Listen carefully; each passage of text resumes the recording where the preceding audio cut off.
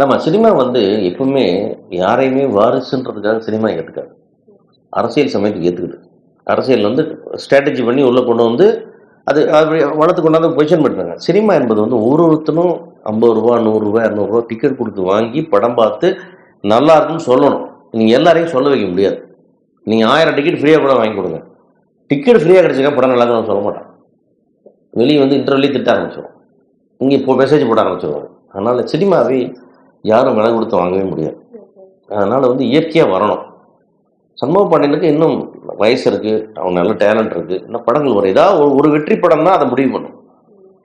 சரி, நம்ம சினிமாவில் வந்து எவ்வளோ ஹீரோக்கள் 15 வருஷம் 20 வருஷம் சஃபர் ஆகி அதுக்கப்புறம் மார்க்கெட்டை பிடிச்சிருக்காங்க. அந்த மாதிரி முயற்சி இருந்தால் எல்லாமே நடக்கும். அதனால் சினிமாவில் எதுவுமே லேட் இல்லை. சினிமாவில் வந்து எம்ஜிஆர் சார் ஹீரோ ஆகும்போது 42 வயசு. அவ்வளோ வருஷம் போராடி தான் ஒரு ஹீரோ. ஃபஸ்ட்டு படம் ஹீரோன்னு ஜெயிக்கும் போது 42 வயசு ஆகுது. அதனால் சினிமாவில் ஏஜ் எல்லாம் ஒன்றும் இல்லை. பையனுக்கு நிறைய டைம் இருக்குது. இன்னும் அந்த அனுபவங்கள் கொடுத்துக்கிட்டே இருக்கும் இல்லையா. அது வந்து இது ஒரு ஒரு படம் கிளிக் ஆகணும்னா மொத்த இண்டஸ்ட்ரியும் பின்னாடி ஓட ஆரம்பிச்சோம். சூப்பரா அவன் போக ஆரம்பிச்சோம்.